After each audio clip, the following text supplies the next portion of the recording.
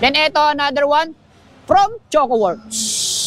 Yung kanilang Mio na mamaw na nag-overall ng King of Kings 3. Grabe, hindi ko na talaga alam saan nanggagaling mga pera ng mga owner ng unit ngayon tsaka ng mga builder. Ang lulupit na ng mga build nila. Ito pa, Wave. Dalawa. Ayan. Entry na ito. Medyo old school eh. Ay, Yamaha. Hindi siya Wave, tol. Sorry. Sorry ha. Mukha kasi siyang Wave pag malayo. Yung luma, yung parang cab. Pero pag lumapit ka, is Yamaha pala talaga siya. Check natin yung engine. Kung legit Yamaha. Ha? Para, syempre, Yamaha, Krypton. Legit, Yamaha Krypton. Sorry ha. Sorry sa owner ha. Kasi sa malayo, tingin ko sa kanya talaga. Pagkama mo siya yung Wave na luma. Pero, ano pala siya? Yamaha Krypton. Old school, old but gold. Then ito. Smash, modified. Pasok to as modified. Ayan. Ito pa, meron pa dito. Ito naman, Malaysian concept dito. Ito. Malaysian concept. Ayan. Mga entry ng Malaysian concept. Yung mga unit nila. Ayan. Tapos syempre dito, Thai. Ayan. Huwag kayong magtatampo kung hindi ko masyadong pinapukusan yung Indo, then yung Thai. Pag nagko-content ako. Kasi unang-una, linawin ko lang wala akong masyadong knowledge dun sa konsepto na yon. So, baka makapagsabi ako ng hindi maganda, makapagsabi ako ng hindi tama. May magagalit sa akin. Ako naman ang gano'n. Kasi kumbaga, hindi ako aware sa konsepto nila eh. So, respeto ako doon.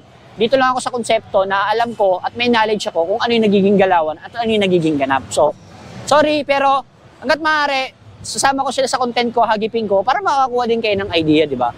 Kasi hindi po ako masyadong aware sa Indo and then sa Malaysian. More on Thai lang talaga ako. Alam niyo naman niya, kung OG kayo na naka-follow sa page ko, then naka-subscribe sa YouTube ko, Star Tayo is Thai talaga. So, sana maunawaan niyo ako. Eto, PCX 160, non-pro. Ayan. Naka-trans.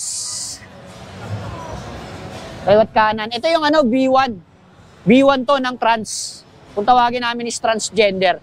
Medyo pricey ito kasi parang nung labas niya is around 35 ang isa. So ang Paris is around 70. Hindi ko na lang din alam ngayon kung magkano market nga. Then ito, Yamaha Pino Vans Classic.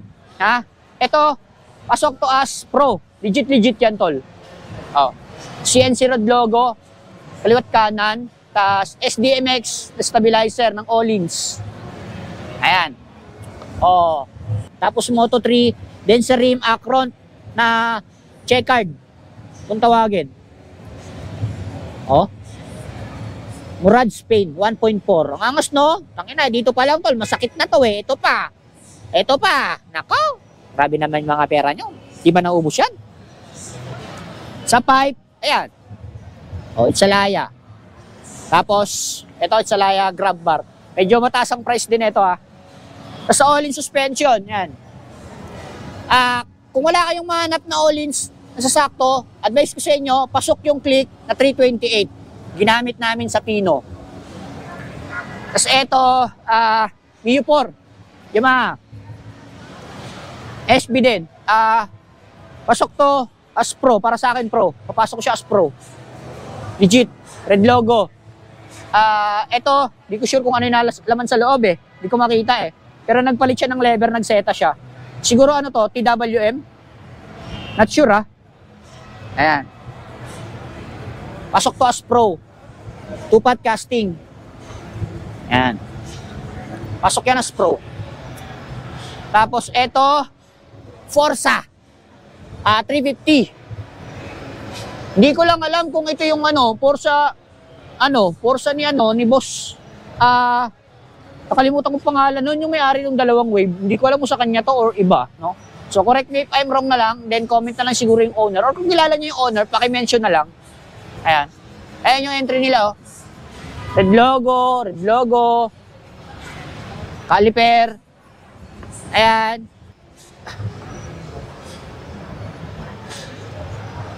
Ayan, show advantage. May budget. Pero may didiin pa to.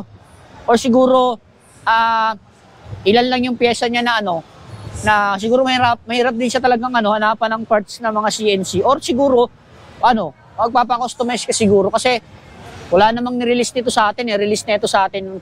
Ang release lang nito is from Thailand. Then ito another one from ChocoWorks. Yung kanilang Mio na mamaw na nag-overall ng King of Kings 3. Oh. Sakit. HPK GP clutch, Ducati switch, Marquez, Master, kanan.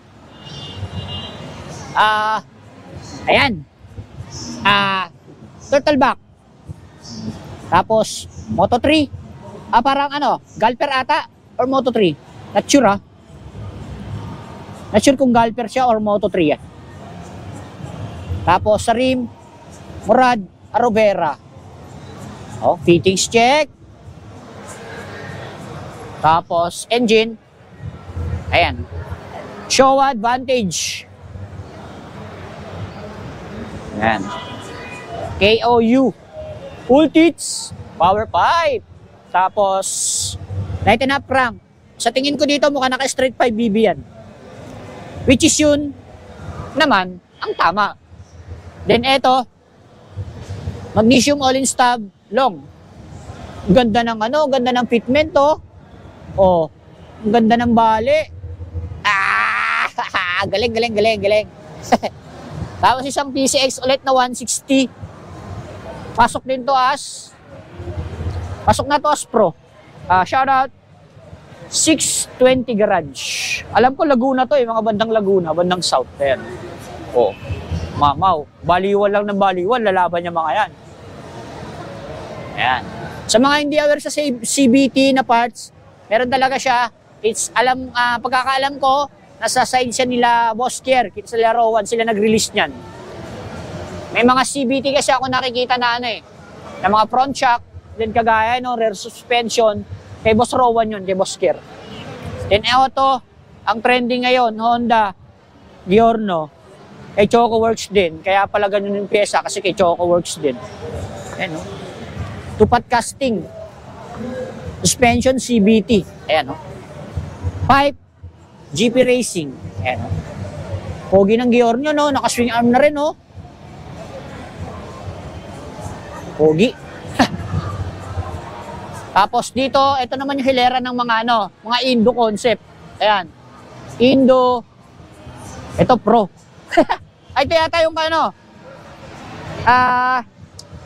ICPH, hindi ko alam sinong owner nito pero tangina boss, angas naman ang unit mo. Ha? Oh? Ano to? Rossi nga tol, silver pin, tapos Koken, S3, caliper, ayan no? Kanigel din, carbon disc, titanium, oh, Kinochi pipe, ayan. Grabe na mga unit nila ngayon. So dito tayo natapos. Susunod ko yung doon sa part 3 natin. Dito ko na muna ito tatapusin. Boss Alvin, lagi nag-iiwan ng paalala. At huwag mong kakalimutan, importante sa lahat. Sa larangan ng motor show tol, bawal ang iyakin. Bawal ang iyakin! Bawal ang iyakin! Bawal iyakin! Bawal ang iyakin! Dito, bawal ang iyakin! So kung iyakin ka, parts out ka na o kaya mag-quit show ka na.